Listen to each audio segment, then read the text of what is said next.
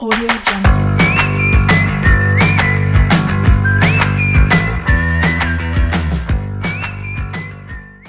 Assalamualaikum warahmatullahi wabarakatuh. Selamat pagi anak-anak. Apa kabar semuanya?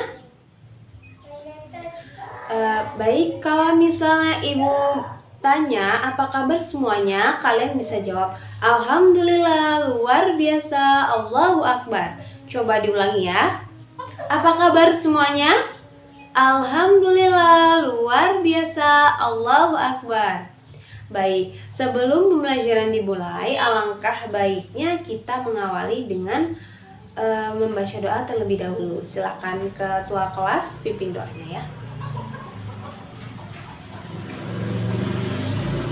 Mudah-mudahan dengan kita berdoa diberikan kelancaran dalam proses pembelajaran kita hari ini.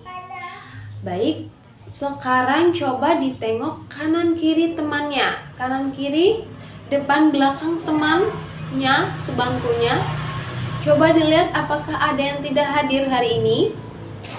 Coba dilihat sekarang apakah ada yang tidak hadir hari ini.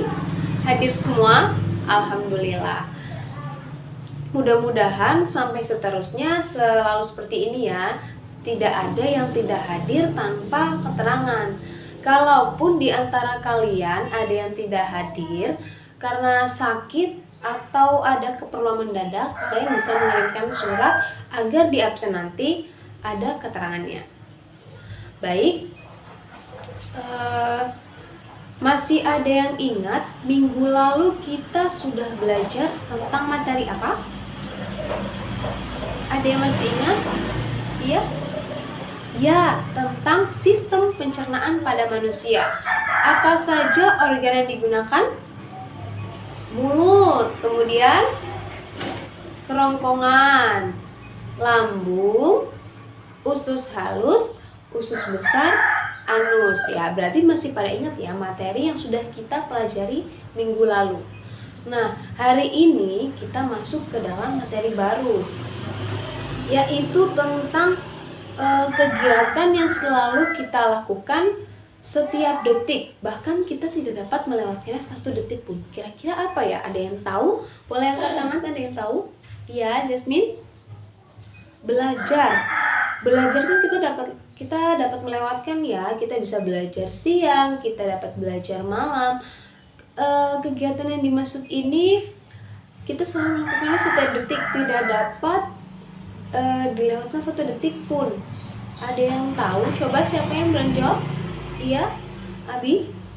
Iya, benar sekali, bernafas. Lebih tepatnya kita akan belajar tentang sistem pernapasan pada manusia. Benar tidak? Kita tidak dapat melewatkan bernafas 1 detik pun. Benar? Benar. Iya, kenapa, Farel? Memang benar kita dapat menahan nafas, tetapi tidak dalam jangka waktu yang lama. Coba sekarang kita praktekkan. Sekarang coba kita tarik nafas. Coba kalian tarik nafas, keluarkan. Tarik nafas, keluarkan. Kemudian tarik nafas lagi. Sekarang tahan. Tahan, semuanya ditahan. Tahan dulu, tahan. Tahan, gak kuat. Nah, terbuktikan bahwa kita tidak dapat menahan nafas dalam jangka waktu yang lama. Baik, adapun tujuan pembelajaran kita hari ini, setelah kita belajar tentang sistem pernafasan pada manusia ini, diharapkan siswa mampu menjelaskan tentang pengertian bernafas. Kemudian siswa mampu menyebutkan organ-organ yang digunakan dalam sistem pernafasan. Kemudian siswa mampu menjelaskan fungsi dari tiap organ-organ yang digunakan dalam pernafasan. Kemudian yang keempat, siswa mampu menjelaskan proses terjadinya pernapasan. Dan yang kelima, siswa mampu menyebutkan cara untuk menjaga alat pernapasan. Sekarang ibu mau bertanya, kenapa kita bernafas? Kenapa manusia itu bernafas? Coba ada yang bisa jawab? Ada yang tahu? Iya, gimana Jasmine? Karena kita makhluk hidup. Ya. Coba ada jawaban yang lain. Ya, Zikri. Karena kalau kita nggak nafas mati. Coba ada yang jawabannya lain. Yang lain, kenapa manusia bernafas? Jadi benar ya apa yang sudah dikatakan oleh Jasmine dan Zikri tadi, bahwa kita adalah makhluk hidup yang membutuhkan oksigen untuk mempertahankan hidup kita. Nah, contohnya ketika kita mencerna makanan, ketika kita menggerakkan anggota tubuh kita itu membutuhkan banyak oksigen. Bahkan ketika kita berpikir pun kita juga membutuhkan oksigen. Jadi betapa pentingnya oksigen dalam kehidupan kita. Nah, lalu bagaimana kalau misalnya kita nggak bernafas, sesak, lemas, bahkan bisa sampai mati. Lalu kalau begitu bernafas itu apa sih? Ada yang tahu? Ada yang tahu bernafas itu apa? Coba, iya, Aira. Bernafas adalah proses menghirup udara. Yang lain?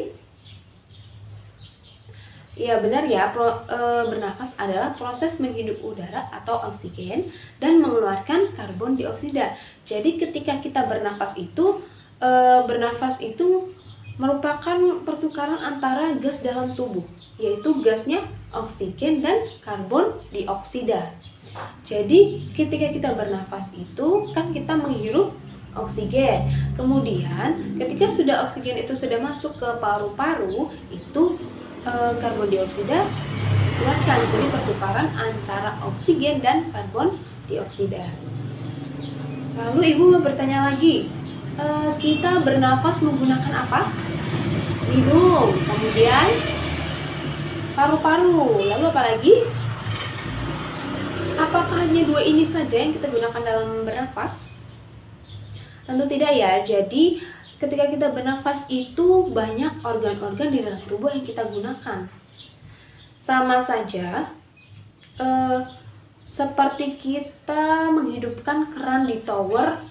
Nah, untuk kita menghidupkan air di tower, untuk air di tower tersebut sampai ke bawah, itu sampai ke keran bawah, itu kan membutuhkan saluran berupa pipa atau paralon seperti itu ya. Sama juga seperti kita, sama juga seperti bernafas. Untuk oksigen ini dari hidung sampai ke paru-paru juga membutuhkan saluran yang disebut dengan saluran pernafasan.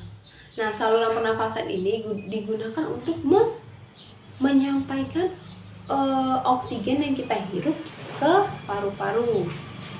Nah, jadi ibu di sini punya gambar. Coba sekarang kalian lihat ke depan. Perhatikan ke depan semua. Di sini ibu punya gambar sistem pernafasan pada manusia ya. Jadi organ-organ yang digunakan ketika kita bernafas itu, yang pertama ada hidung, kemudian masuk ke faring, ada laring, kemudian trakea, bronkus, bronkiolus, dan alveolus. Di bawah sini ada diafragma. Baik, kita akan membahas materi ini satu persatu. Yang pertama dari hidung.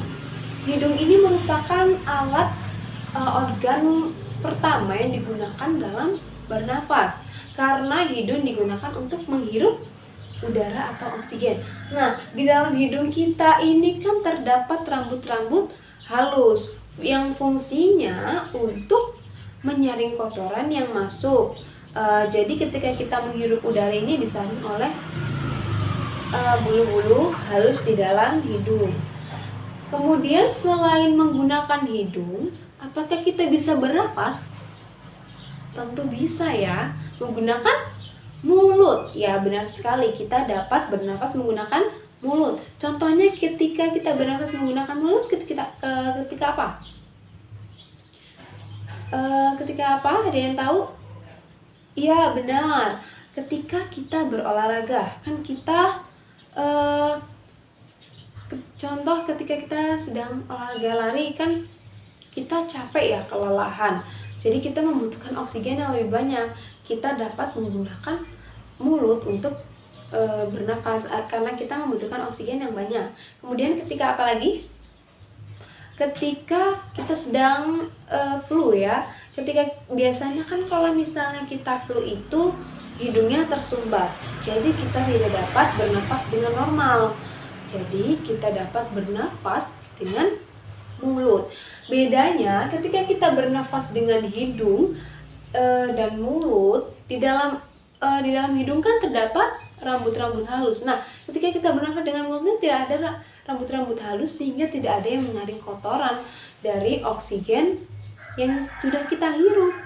Jadi lebih baik kita bernafas menggunakan hidung agar oksigen tersebut disaring dan kotorannya tidak masuk ke dalam paru-paru. Kemudian dari hidung masuk ke faring. Nah, faring ini terletak di belakang rongga hidung. Faring ini juga termasuk saluran pernafasan yang digunakan untuk menyampaikan oksigen ke bagian dalam. Ketika kita bernafas menggunakan hidung ataupun mulut sama, ini masuknya ke faring, ke saluran faring. Ketika sudah di faring, turunlah oksigen ini ke laring.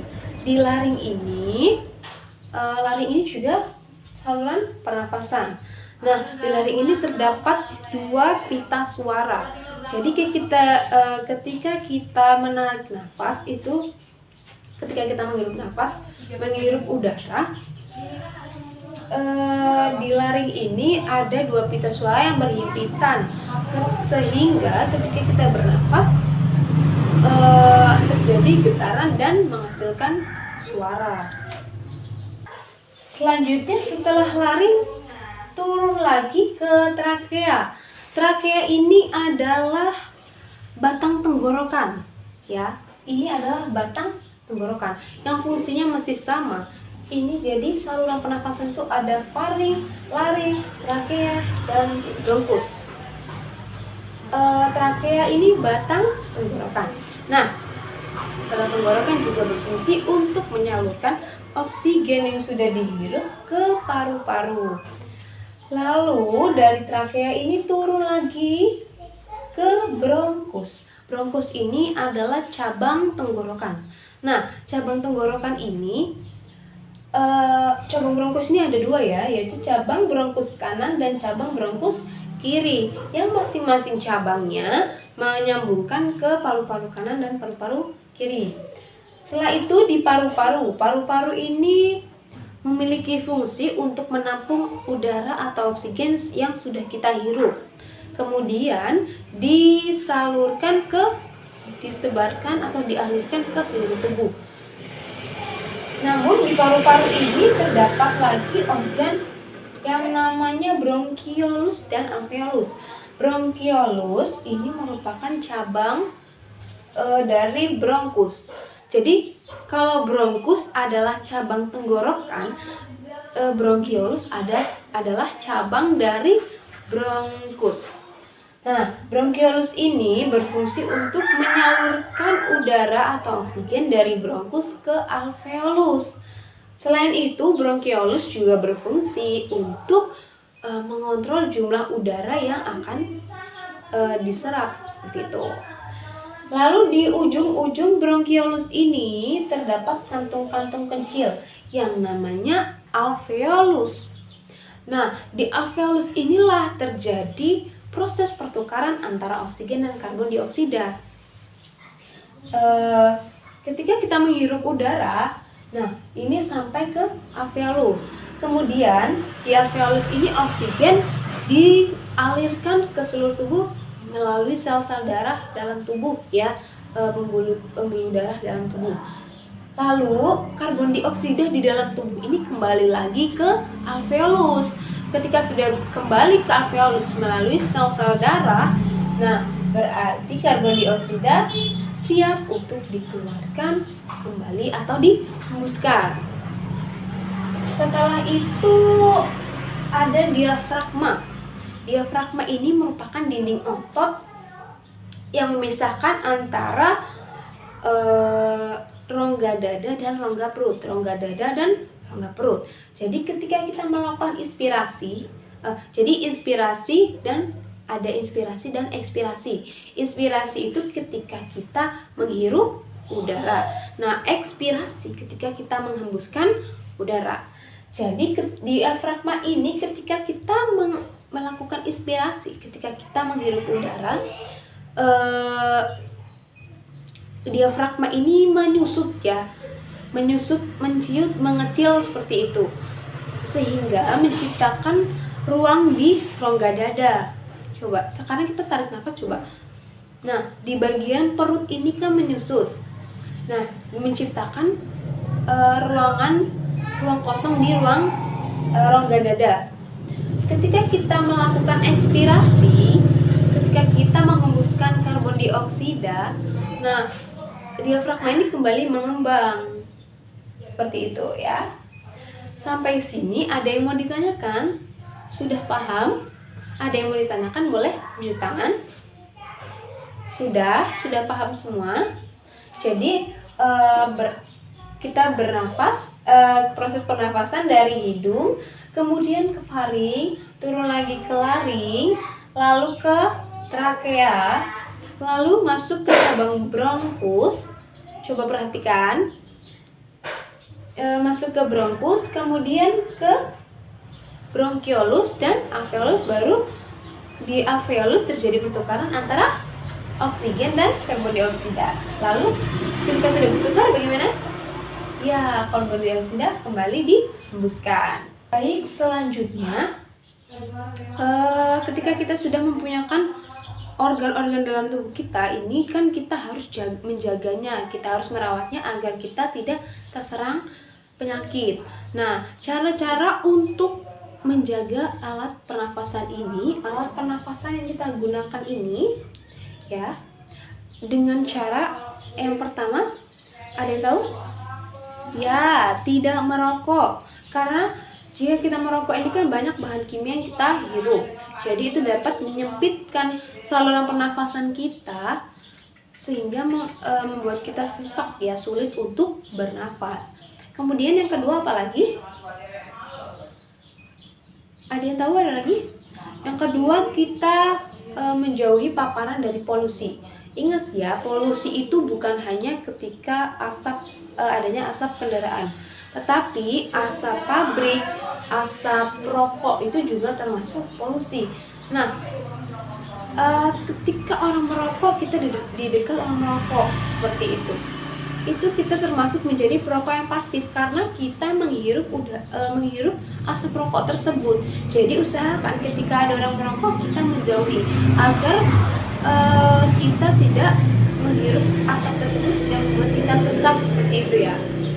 Jadi ketika orang yang merokok tersebut kena penyakit, kita juga kena penyakit padahal kita nggak merokok, tapi kita terkena asapnya.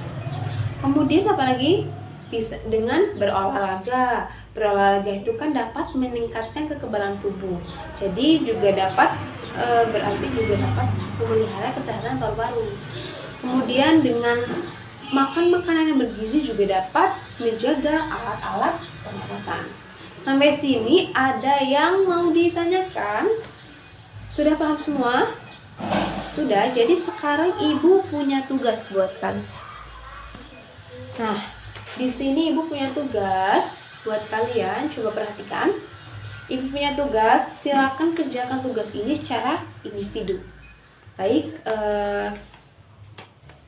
ketua kelas boleh dibagi-bagikan ya.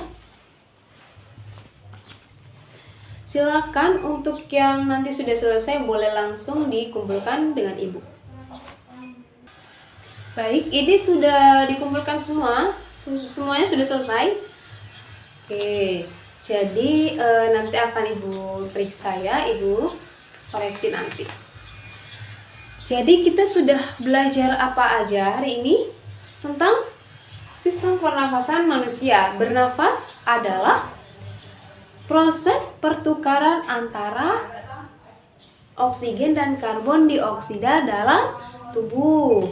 Kemudian organ-organ yang digunakan dalam proses pernafasan: hidung, faring, laring, trakea dulu baru bronkus, trakea lalu bronkus, bronkiolus dan alveolus. Ya, benar sekali. Ya, baik. Jadi untuk materi hari ini mungkin cukup sampai di sini ya. Untuk minggu depan kita hari ini dan minggu lalu kan sudah belajar tentang organ-organ dalam tubuh kita. Nah, minggu depan kita akan belajar tentang organ-organ yang terdapat dalam makhluk hidup lain, yaitu di dalam tumbuhan. Jadi minggu depan kita akan belajar tentang materi tumbuhan. Oke, silakan sekarang kalian boleh bersiap-siap dan ketua kelas boleh pimpin doa. Baik, terima kasih untuk pembelajaran hari ini.